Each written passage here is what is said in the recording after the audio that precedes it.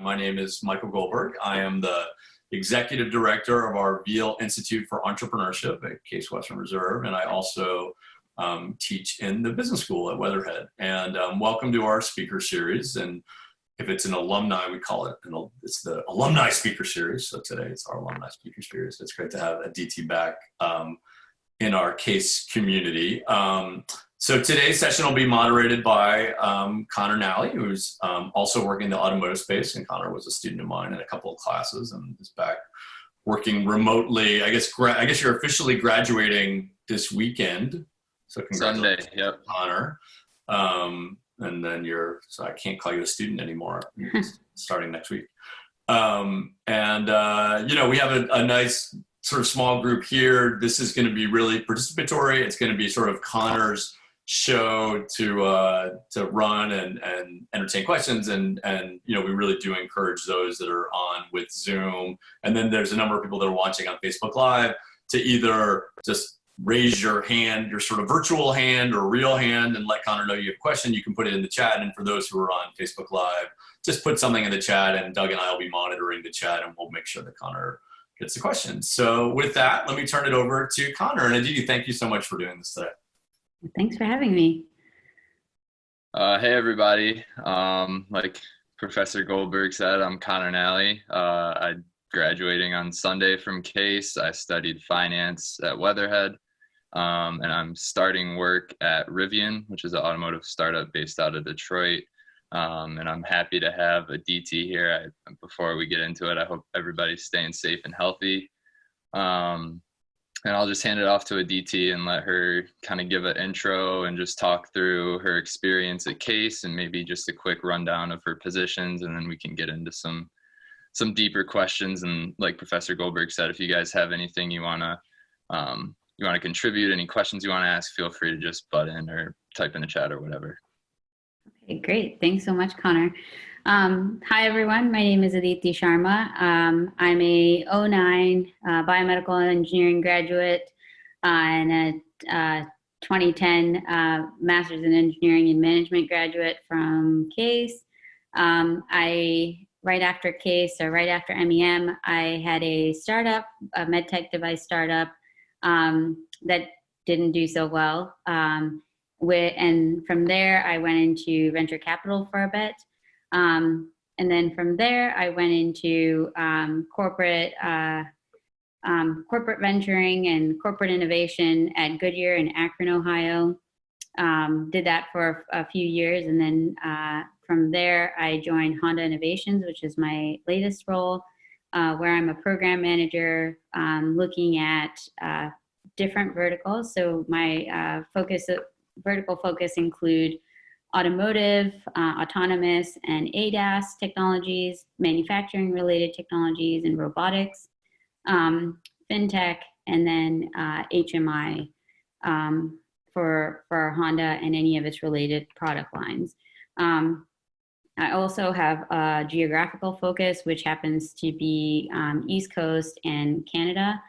So I spend a lot of my time in those two areas looking at technologies and figuring out how we can bring those technologies and collaborate with them in-house to enhance our capabilities and add to our product portfolio. And my most recent role is more on the acquisition, so M&A, and then investment side as our team starts shifting its focus. So starting to look more at opportunities, not just from how we can collaborate with the startup, but also what's worth buying, what's worth partnering, what's worth investing in. And so putting that hat on as we do our scouting activities. So it's a really brief overview.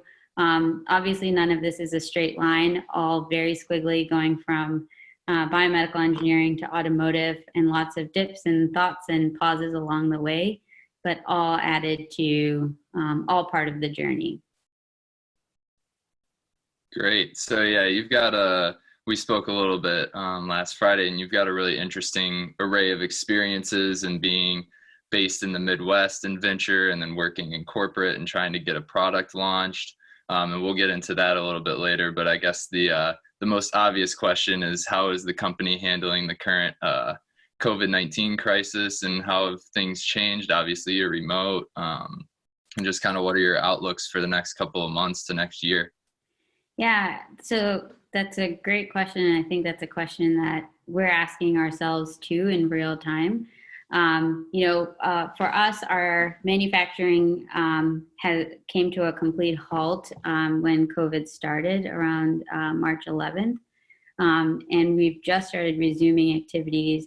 And in that time, from March to May, we really took a pause to figure out what can we do to safely reopen. And we've really reached out to the startup ecosystem in our network to see which companies have we been engaging with that have pivoted. So looking at robotics companies that traditionally would do material handling, how have they started thinking about like contact tracing or temperature monitoring, and would it make sense for us to bring those in for as we start doing a limited and soft open? So we've been talking to a lot of these companies that have shifted their focus to address problems right now. And then looking at broader trends, right? Like if we look at charts in venture funding over the last 10 years, it's very evident that funding in autonomy has gone down. And if you look at articles, like this was supposed to be the year that autonomy really kind of brought itself to the market. But that's completely on hold right now, and that might not come back for another 3 years. So we're starting to ask ourselves, well, what should we be focusing on? Where are the opportunity areas? And do we need to go back to the basics? And if so, how do we approach that? Also looking at the market and thinking about, well, what will customers want going forward? Because right now there is not a lot of transportation that's happening given everyone's sheltering in place. Also, people might not want, shared automotive. People don't want to ride in an Uber. So from 2009 to 2020, what gave rise to gig economy no longer is relevant. And it might not be for a while going forward. So how do we shift our focus in that way? So we're still a work in progress. We're starting to create a point of view from that frame of mind. And we're starting to ask ourselves the hard questions like, do we see an uptick in car sales because people want to ride in their own vehicles? And how do we prepare for that? I read a quote that said, like, every company now is a digital company. And that's very true for us. So we were trying to take our sales online for a long time, and it happened overnight for us. So, we're adjusting to that, and we're trying to figure out, well, what else do we need to bring online to make sure that Honda stays a viable business and stays competitive, provides the same quality and same kind of products that Honda is known to provide. We're looking, it's a very multifaceted problem, and we're looking at it from all different angles. Yeah, that's a very interesting point, because you look at the automotive industry over the last few years, and it's starting to pivot to kind of autonomous and ride sharing. And then all of a sudden you've got this thing that's just completely turned it on its head. So that's definitely an interesting point. So thank you for that. So I guess getting into it, and you kind of glossed over at the beginning that you worked at Jumpstart right out of school. And I think it would just be interesting for everybody to hear about your experience there and kind of what differences you've noticed from operating in venture in the Midwest at a angel fund versus now what you're doing with Honda, and just kind of compare and contrast and talk through maybe your growth and experiences at these positions. Yeah. So Jumpstart was, given that it was my first real job out of college, it was a foundational job. It was really giving me, it was like starting a fire for me, really. I was gathering a lot of sticks and trying to figure out, how do I light this fire? Because I had I had tools, and I knew the components that I needed to build a fire. But I didn't really know, with what intensity the fire would be. And that, when I use that analogy, it's more to really illustrate that, like, I didn't know a lot about venturing. I didn't know what it takes to build a startup. I didn't know what it means to get funding. I had a glimpse of it when I was working on my medical device, but I didn't really know what it meant to be an entrepreneur, really. That it was just like, I knew what a CEO was. I knew you build something and you get it out in the market, but That's all I knew. And really, Jumpstart helped me like open this like door of curiosity where I started to ask questions about like, why should I fund this company? What is it? What makes it different? Why is it unique? Is there, why would people pay for something like this? Like all these questions that you generally ask yourself silently when you're buying a product, but when you're on the investor side of things, you really have to look into why. And there's so many whys you have to answer before you get comfortable and saying, let's put some money in it and see where it goes.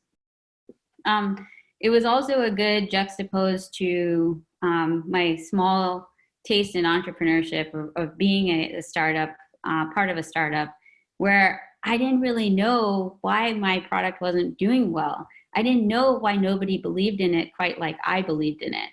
And it made me realize, like, when I sat on the other side of the table, like, yeah, this makes way more sense why nobody wanted to fund us in the same way, why nobody had the same, like, belief in it that I did. Because I didn't have all the parts and pieces.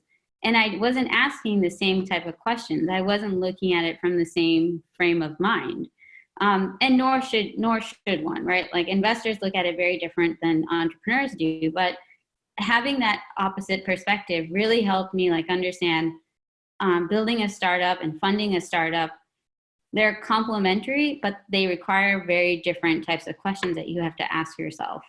And Jumpstart would do smaller rounds of funds, and I. Part of my time at Jumpstart, I used to work at North Coast Angel Fund, which is also very different because those are, a bunch of angels that come together and decide if they want to invest in a company or not. And the way they, their mandate is different than than Jumpstart's mandate was.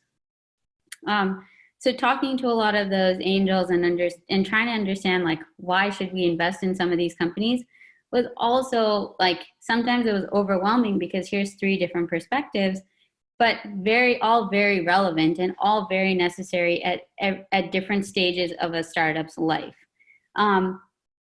Contrasting that to my time here in the Valley, it's very different because it just moves a lot faster. So diligence at North Coast Angel could take 6 months to a year. Or even more. Like we would look at a company for a very long time and maybe we invest, maybe we don't.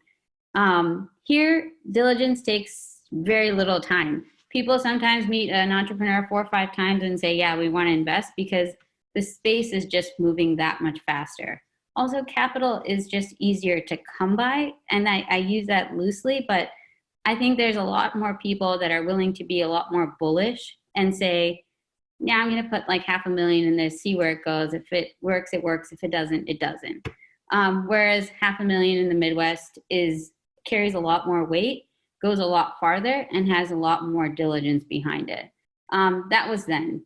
The landscape obviously has changed now. I think there's a lot more activity and there's a lot more, there's a greater appetite for venturing.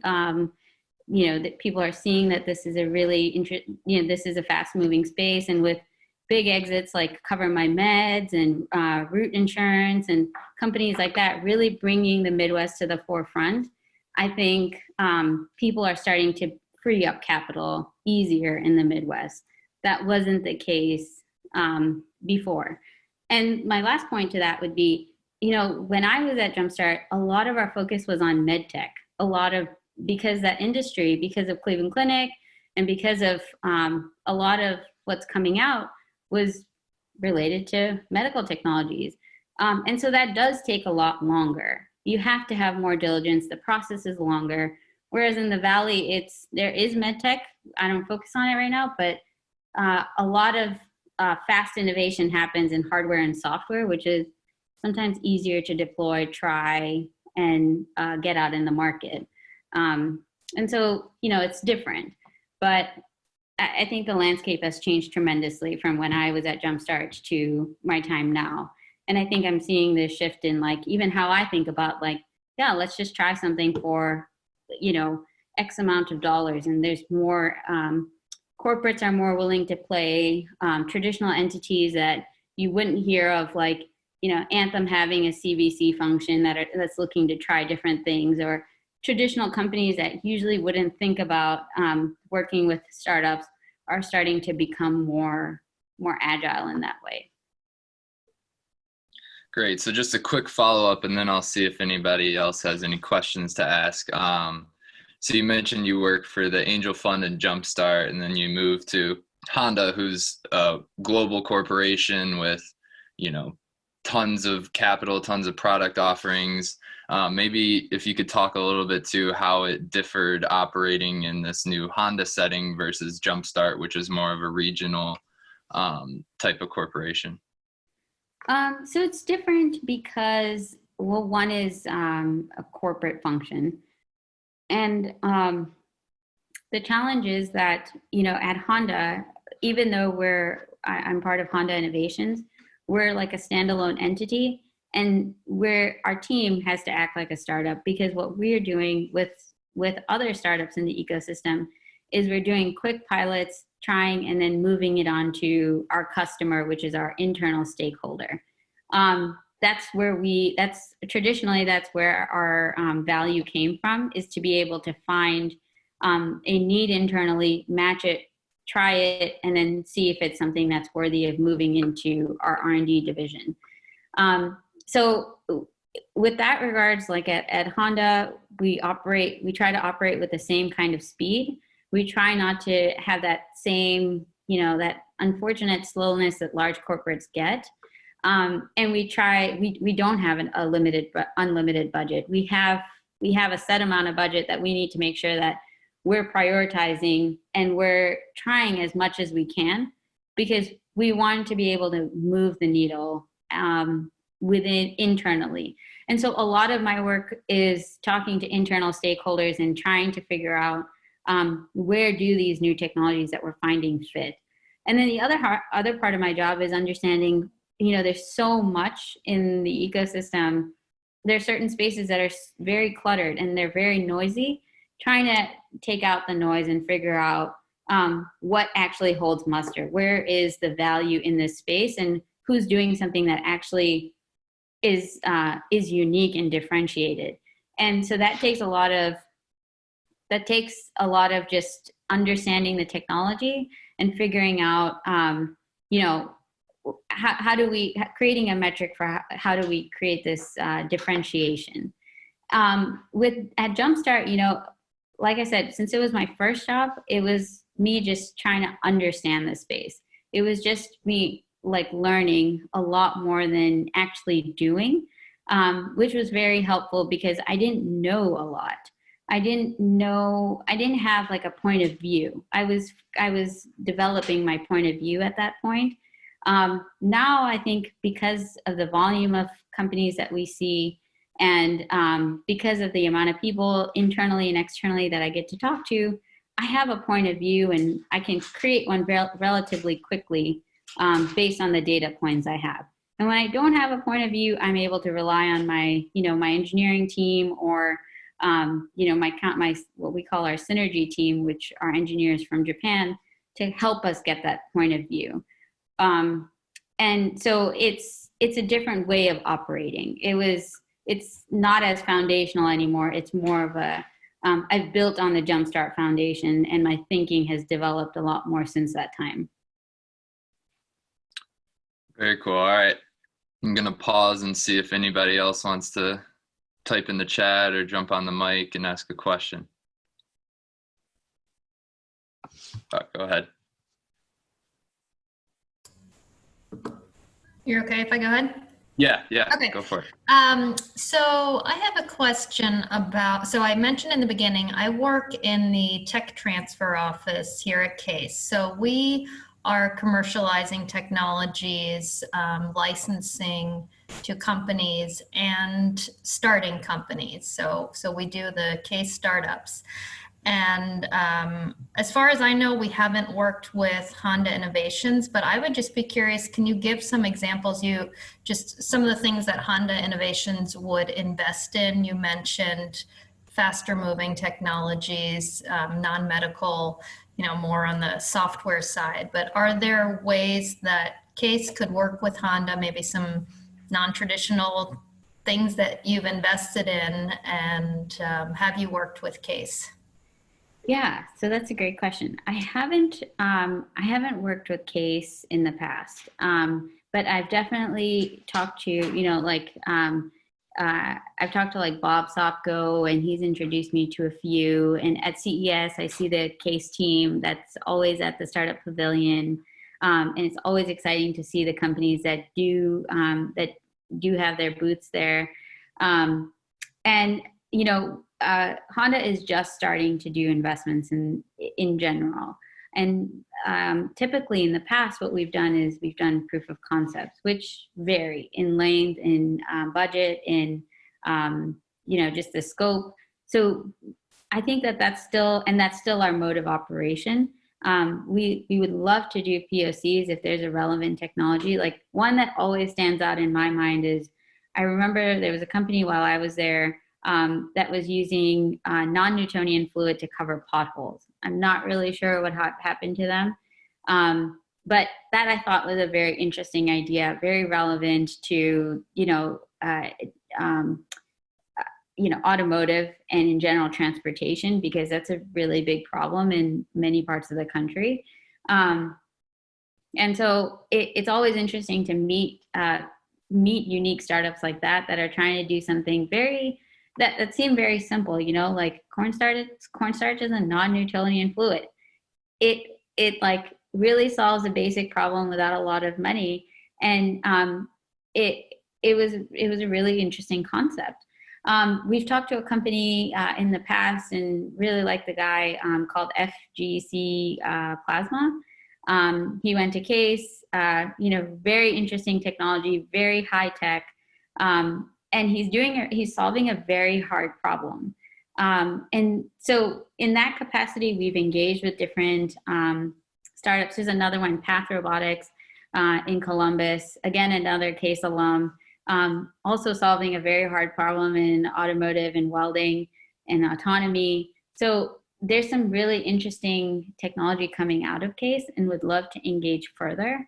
I'm always trying to find that connection that we can make, and to be able to see if we can help provide learnings to the startup as well as internally, and see if there's a good marriage between technology and corporate. So if there's anything interesting that's coming across your way, we'd love to engage. Yeah, one more follow-up to that. Do you ever, so you're talking mostly about startups, do you invest in technologies or licensed technologies? And have you ever tried doing something where you contact a university and tell them what your needs are? Because a lot of times I think there are technologies available that can address needs of a company, but they just haven't been disclosed yet. So that might be a way to work with Case as well. So we haven't. We occasionally, like with Stanford, they'll send us research reports. Like they give us a newsletter that talks about research that's happening in different departments, and we occasionally we reach out if there's something that's relevant that we know. Like all of my team members, we all have an internal list per our vertical of open needs that we have. And that we're constantly matching towards. So when we come across something that we're like, oh, this might be useful, we reach out to the Stanford team just because they're publicizing to us. What we have done, we don't exactly go out to tech transfer offices and say these are our needs list, but we have worked with entities that take tech transfer licenses and turn them into companies. And so those are very, like, we engage quite a bit with those because they have a formal structure. And if we do progress further down the line, we have a standalone entity that, we can engage with, because it's harder for us to untie the technology from the university if it should be of interest. So we like to engage more with the standalone entity rather than seeking the licenses. But that's not like a never statement. I'm sure if something very compelling came along, there would be exceptions to be made. Great, thank you. Yeah. All right. Does anybody else have a question? I saw Professor Goldberg just jumped on the mic. Anybody else before I jump in? Brandon, Raghav, anyone else? All right, you're on the spot. You can think of your question after my question. Consider yourself warned. So I want to transition a little bit just to the global nature of your employer. I mean, obviously, Honda has deep roots and ties in the US, including in Ohio. I'm sort of curious the dynamics of doing the work that you're doing, but sitting outside of the country where the headquarters are, and kind of how do you find, from a communications point of view, from an autonomy point of view, and even maybe now in this current world that we're in, where we're all doing everything remotely, how has that changed at all? Kind of the way that you're working with colleagues, I guess, both with your team in California, but also with the kind of home base in Japan. Yeah, so it's interesting because prior to COVID, my team was like an ultra traveling team. Like we would almost never be in the office. I was telling Connor when we spoke before this that, I would be on a plane every 2 weeks because we would be attending so many different things, and we'd be in Japan maybe once a quarter to be able to sync with our colleagues there. Our team here in Silicon Valley would host these. We would take a bunch of startups to Japan to be able to introduce the startup technology directly to our counterparts in Japan and in R&D. So we'd host like a week-long session that way.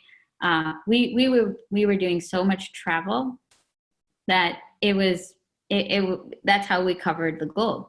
And I have colleagues, like one that covers Israel, one that covers Europe, one that covers China, to be able to help us do a lot of the deal sourcing. But those are large spaces to cover themselves. So a lot of my team would be flying in and out to help support them. And then there's a lot of evening calls, and there's a lot of just teleconferencing to be able to make sure that a lot of the POCs that are in progress or the needs that we're sharing is happening on a continuous basis outside of our scouting and our traveling activities. Post-COVID, given that we've come to a screeching halt, this has been, in a way, a breath of fresh air, because we've had to force ourselves to regroup and think of what's actually necessary in terms of travel, and think of before it was we thought face-to-face meetings were the only way we could actually communicate with our counterparts in Japan or in China or in Europe. Now we've actually tried to accommodate. Our workday has gotten longer, but we're starting to figure out just what we can do without having to be physically there. And it's also helped that a lot of the conferences and stuff we go to are going virtual. So we're not, you don't feel as if you're not going to meet anyone or you're not being introduced enough. And the other thing is we've started tapping into our VC network a lot more, because it's easier to get deal flow that way. So it's been just a lot more communication and calling people that you would otherwise meet once a year, just having more of a quarterly cadence with them. So it is a lot more work. It's a lot more talking, and it's a lot more just communication, but it's actually helped us find clarity in how we communicate and how we operate. Because, there were times when we'd fly for one day to Japan and come back. And now in retrospect, it's that's crazy. That's not even necessary anymore. So it's really shifted our perspective. Very cool. Yeah. Does anybody else have a question they want to ask? Yeah, go ahead, Brandon. All right. I was wondering if you could talk about the competition right now within the automotive industry. Right now it seems really hard time to be able to innovate, especially when there's so many barriers. We see that there's like Tesla, who's trying to reopen factories and trying to restart production. I was wondering if you could talk about some of the ways that you're trying to stay ahead of the competition, some ways that you're trying to still function properly pre-COVID. Yeah, so I don't quite think that there's a way of functioning pre-COVID in the same way. Definitely we try, but I think everyone's adopting a new mindset. But, in terms of competition, I think there's tiers, right? In automotive, there's a luxury tier, there's the mid-market, and then there's like the affordable or like the economical market. And I think that there's a lot of cross pollination that's happening, meaning like, traditionally Honda is a very like Honda, Toyota, Ford, they all develop vehicles that fit a certain budget and a certain type of economy. And then they have their luxury tier, like the Acura brand, or I don't even know the other company's names. But they have their luxury tier, and I think that everyone is trying to develop technology that can transcend the verticals, that can transcend the product lines. And I think that's where the innovation is happening. It's less about it's less about the actual car, like the car itself, but it's more now going down to like the feature level. When we think about perception, path planning, sensors, what's on board, what can we fit in terms of like the sensors, the stack that we can provide for different price points. We're trying to figure out what makes sense for that price point, because if I'm a 20-something-year-old and I want to buy a car, I can't afford a BMW or a Mercedes, but my first car was a Honda. It's reliable, it's going to last me 20 years, and you know what, that's going to do a really good job for me, and it's a really safe car. Same for a Toyota. Those are cars that like you can trust as a brand. But I want something extra. I want that flash. I want that Civic R-Type that makes me look cool and makes a noise when I arrive. So those are definitely like, there's definitely innovation in that space. And how can we add feature sets but stay within the price point to be able to still serve the market that we've served and continue to expand in? And then, like companies like Tesla, they're doing something radically different. They are not your traditional car company. You're driving a computer. And there's definitely competition in that space when you look at like Porsche and their fully electric car, or Audi e-tron. Those are all cars that are competing with that space. But even then, I think that there's, it's totally different. The approach is different. The infrastructure is different. And I think it takes like a full view, because if you look at how Tesla has created itself and positioned itself, it has the charging infrastructure. It has that like finesse and polish where like you can get updates over the air. You don't have to change your car every 2-3 years for it to feel new. And it feels and rides like, a really high-end car. Like I can get a really, like the handling and the drive and the speeds are really great. Which, other companies that traditionally are known for that speed and handling when they go electric, they haven't been able to provide. Like I not sure if you read automotive news, but like I think it was Porsche engineers that drove a Tesla. They were like, wow, this drives like butter with the speeds that they wanted, So like when you hear reports like that, you realize like the differentiation in the product has come from innovation in that way. For us, it's different, right? Like we're not trying to, like Honda is not trying to be like a Mercedes-Benz or a Porsche Cayenne. But there's a lot of technology overlap and a lot of technology adoption from the sensor level, from the safety features, like the ADAS features. I think those are still integrated into Honda. And that's where that's where we're looking for innovation, because we serve a different market than those other companies do. When you sit in an Acura, the fit and finish is really nice, and it still feels like a high-end car. It drives really robustly.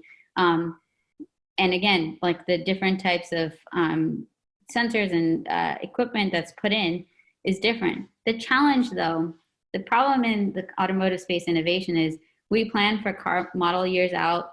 Like right now, we're doing 2030. That's a really long time out. So what's being developed now, like if we come across a startup that's like doing hardware, we pick a hardware now, in 10 years, that's going to progress significantly. But the planning for it is happening now. So that's the challenge, right? Like innovation now will look radically different than innovation in model year 2028, model year 30. And so that's what makes it difficult for a lot of the automotive players to be able to,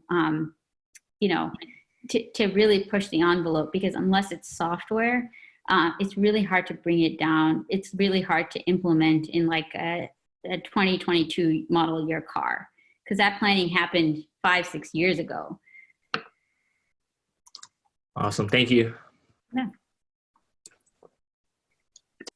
Yeah, before I go on, anybody else? That was a great answer. I think we're certainly at a crossroads in the automotive industry, and just, seeing which direction companies go is pretty interesting, with Toyota choosing to hold on to hybrid and then everyone else trying to go full electric. Yep. And definitely an interesting time to be in the automotive industry. Right. Allison, I saw you just jumped on camera. Did you want to ask something, or are you just giving us a aquarium view for now? No, I do have a question. So I guess I'm more curious about how you managed to pivot from a medical device startup to these different functions, because I know professionally sometimes I've felt pigeonholed. Everyone assumes that I do nothing but medical devices, but would love to figure out how to branch out a little more in the innovation world, because as an IP attorney working primarily with small companies and startups, I kind of see everything. Yeah. So I would just like to learn a little bit more about your journey. Yeah, sure. So it's, like I said, it's a windy road, and it continues to be a windy road. So honestly, when I was graduating with my biomedical engineering degree, I didn't quite have like a direction that I knew for sure I wanted to go in. Like I thought about law for a while. I thought about medical school for a bit.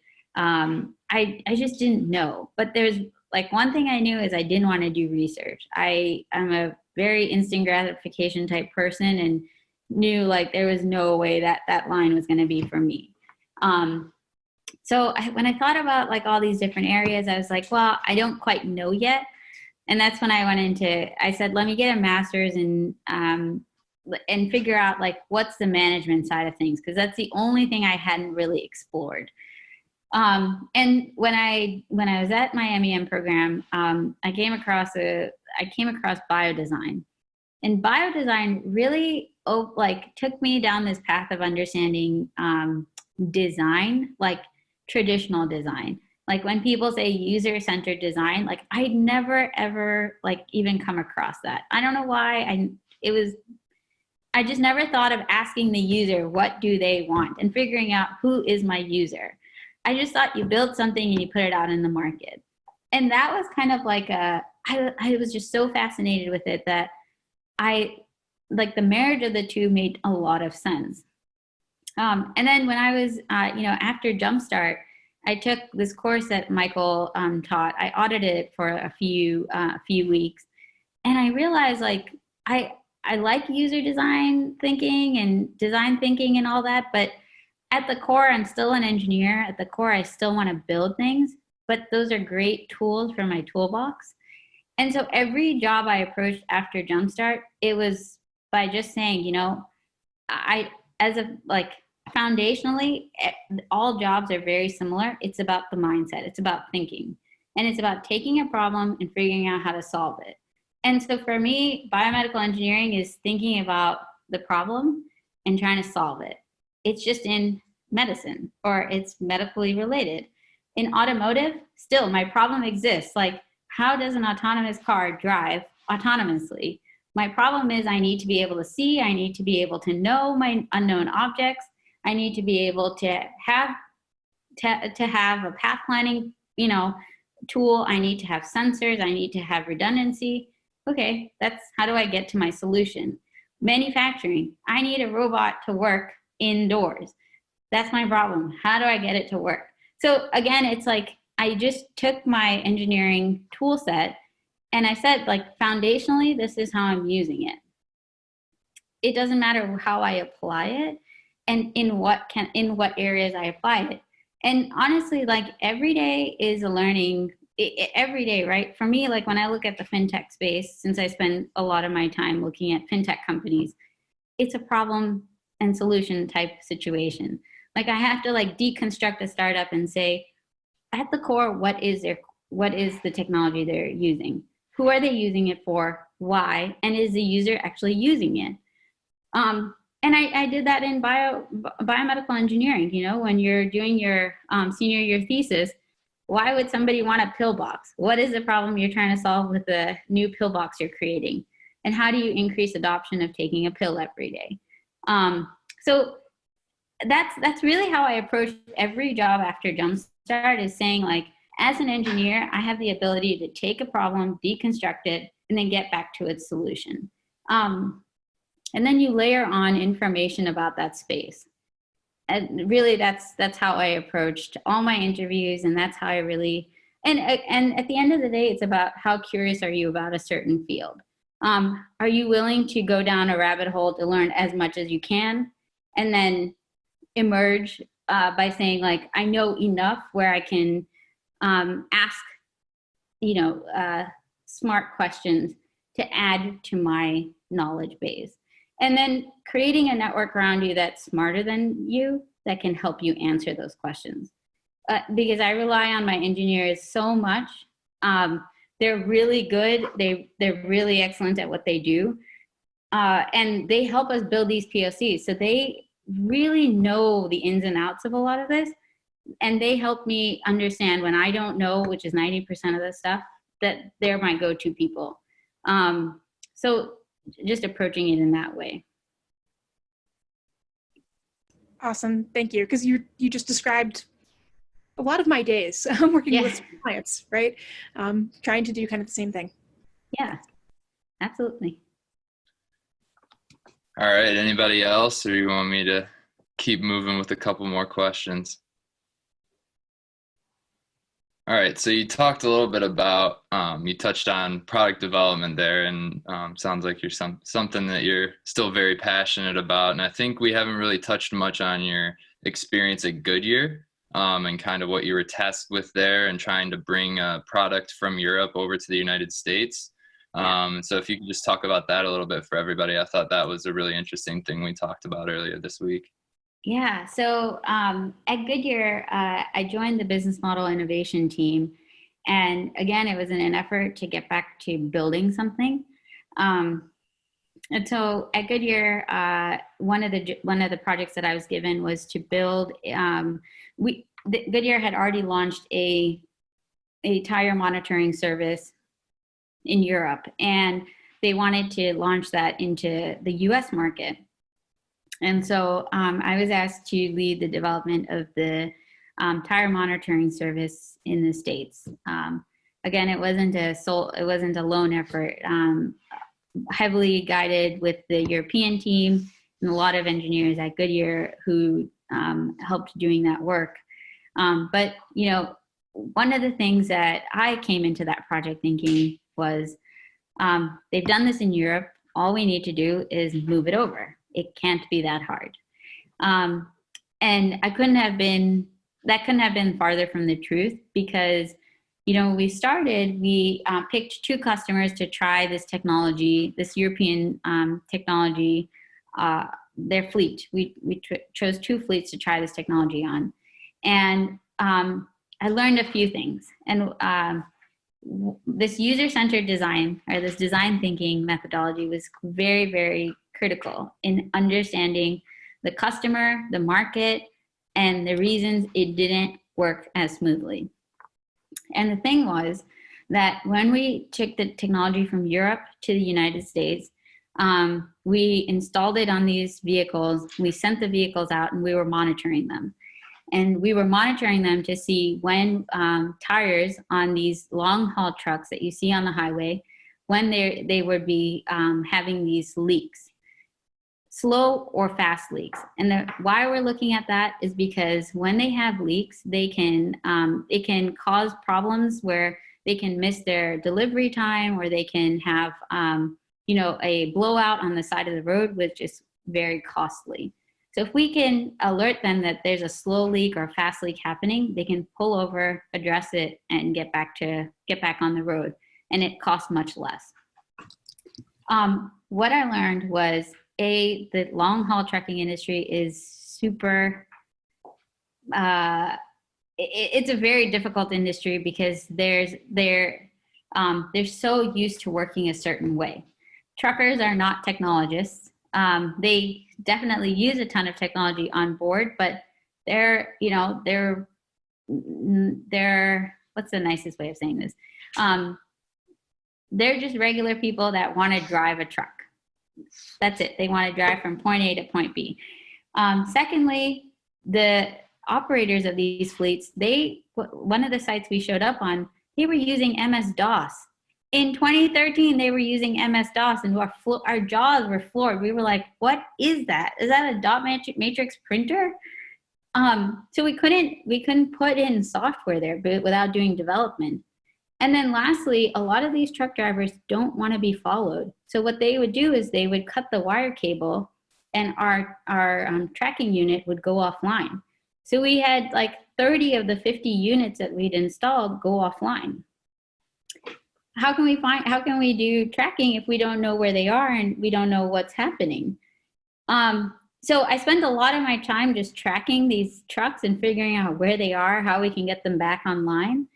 And I spend a lot of my time understanding, why don't these drivers want to have this unit on their truck? It's essentially going to help them make money because they're going to get to their end destination in time. Also, talking about targeting the wrong customer, we thought we were very smart in providing the service to fleet managers who are looking at fleet board and seeing where all the vehicles are. But actually, our target audience should have been the drivers, because they're the ones utilizing this technology while they're in transit. And so it took a lot of errors and fixing and a lot of back and forth to understand the customer first, and then trying to get them to understand that this is not a Big Brother watching type technology. And then finally launching a service by saying here's the economical benefit of it. And lastly, in launching the service, the internal stakeholders at Goodyear were really afraid that would reduce tire sales. So we had to combat them as well, because they didn't, their metric is how many tires do they sell a year. And so trying to understand how do we make them understand that technology, even though we're selling less tires, over time we're selling more tires because they have dependency on Goodyear. Anyway, long story short, it was just a lot of trying to understand a customer set that I'd never had to work with, and trying to create a product that, that the European market had successfully launched, but the North American market, it's a very saturated place with, companies like Qualcomm and a whole host of others that deploy all these sensors on trucks to be able to track. And we were just one of those players. So right around the time that it launched into the States, I left Goodyear. And I don't know what happened to the service thereafter, but I spent two years just trying to understand a very different type of customer set, a very different type of technology, and figuring out how do we have a successful launch? How do we ship a product that actually has adoption and that users see benefit from?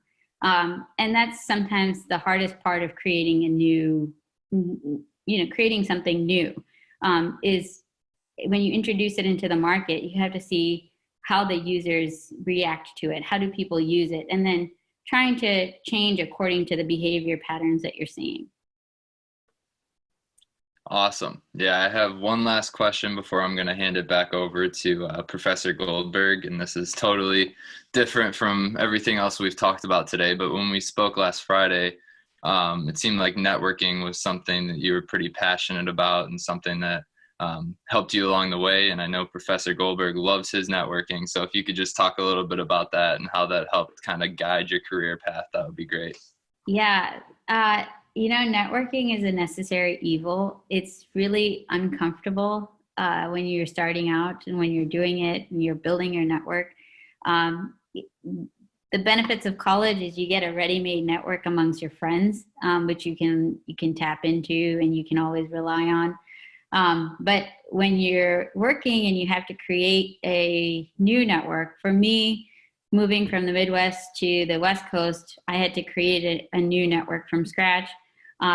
It's very uncomfortable, but it's one that pays dividends later on in life, where once you start creating this resource pool that you can tap into and you're feeding it, it's like sourdough starter. You have to feed it quite often. You have to make sure that you're doing it methodically, because not all network connections are going to, not all network connections need to be live at all times. There's ones that come online, come offline. You sync once in a while. You drop off, for a while with other ones. But one thing I've learned from my time at Honda has been that, and it's one that I'm still building. My network is not quite as robust as I'd like for it to be, but 2 years, it took a lot of going out there, meeting people, just having them understand who I am, understanding who they are, and trying to find a node of commonality. You don't always achieve that with everyone you meet, and it's hard, right? Because they're not people they're not your friends or friends of friends. They're often just people you meet at an event or something. But now slowly what I've learned is there's some people in my network that are starting to give back to me, because I fed it enough where now I'm starting to see they'll come across an interesting company that they know would be relevant for me. Or I know, we see some company and we can't do anything with them, but we think they're total rock stars and we'll move it on to somebody else. When startups tell us they're fundraising and we can't do anything, but we know other people might be able to help them. It's those kinds of things where the network really starts working for you and you don't have to work so hard on your own. It takes a village, especially when you're a startup. It takes a village to get things going. It takes a village when you're a CVC. It takes a village no matter who you are and what stage in life you are. And I think, network, if you have a strong and good network that you can tap into, it makes life so much nicer and easier. And you really get to learn a lot more than if you were to try to do it on your own sometimes. And I've definitely benefited from my case network, from Michael, having a network, and eventually some of those people in the network turn into mentors, and mentors turn into North Stars that you end up, really helping create the path for your career. It takes a while. Awesome. Well, thank you so much. That was a great conversation, a lot of great insight, and I'm going to turn it back over to Professor Goldberg. Thanks so much, Connor. I guess you can call me Michael starting on Monday. Well, great. Connor, thank you for moderating. It's been great to have you as a student. It's fun to have you in this moderating role. This is, I think, one of the pleasures of this series, and the decision to kind of stick our students in the moderating role as being, it's fun seeing their growth, and it's a new skill set. And so great job, Connor. And Aditi, thanks for reconnecting. It's fun. In some ways, the theme of networking, these kind of opportunities to connect back with you. And I mean, I've followed your career, and obviously when you were in Northeast Ohio, we would see each other and get caught up, and it's exciting to see what you're doing at Honda. We have 2 Hondas. I'm a 2 Honda family. Oh, thank 2 out of you. 3. So we appreciate the patronage. So next week, and so for those that are joining on Zoom and online, these are continuing, and we're going to keep doing them all summer. I actually mentioned to Aditi as we were sort of getting set up that we've got a program so for anybody who's watching, if you want a case student potentially to work with you this summer on an internship project, an entrepreneurship project, we're busy placing and actually doing a lot of networking right now because so many students are caught without internships this summer. So we're doing that. And then as part of our students, and I know there's a number of students that are on here, some of which are working on this in the program, we're just continuing this session. So next week we have 3 speakers. Jack Daly, who's a super interesting guy, speaking on Tuesday at 1 o'clock. He's with TPG, so Texas Pacific Group, large private equity fund, spent a number of years at Goldman Sachs. And actually, before he went to Wharton for business school, was a faculty member at Case. So he kind of flip-flopped what I did. I worked in the private sector, went to Wharton, and then started doing this, and Jack did it the other way around. So we'll have Jack in conversation with Rishi, who's one of our students, on Tuesday at 1. Another person who's focused on investing, Sean Gandhi from North Pond Ventures, will be joining us on Wednesday at 1 o'clock. And then Thursday, actually, it wasn't intended to be this week. It's all sort of venture capital investing week. We have Tim Schigel, who's a partner of Refinery Ventures, is going to join us on Thursday at 1 o'clock. And then we're back the following week with some interesting programming. So keep checking if you don't see all of our programming, like Stephanie, who we hadn't quite communicated all of our things. Either check our Facebook page, email me, tweet at me, find me, and we'll make sure that you know about our programming, because we'd love to have more of you guys joining us. So with that, Aditi, thank you again for doing this. Hope to see you in person at some point soon back on campus. And thank you for taking the time to connect with us. Thanks for having me. This was really great. Right. Very good. Thanks, everybody. See you soon. Thank you.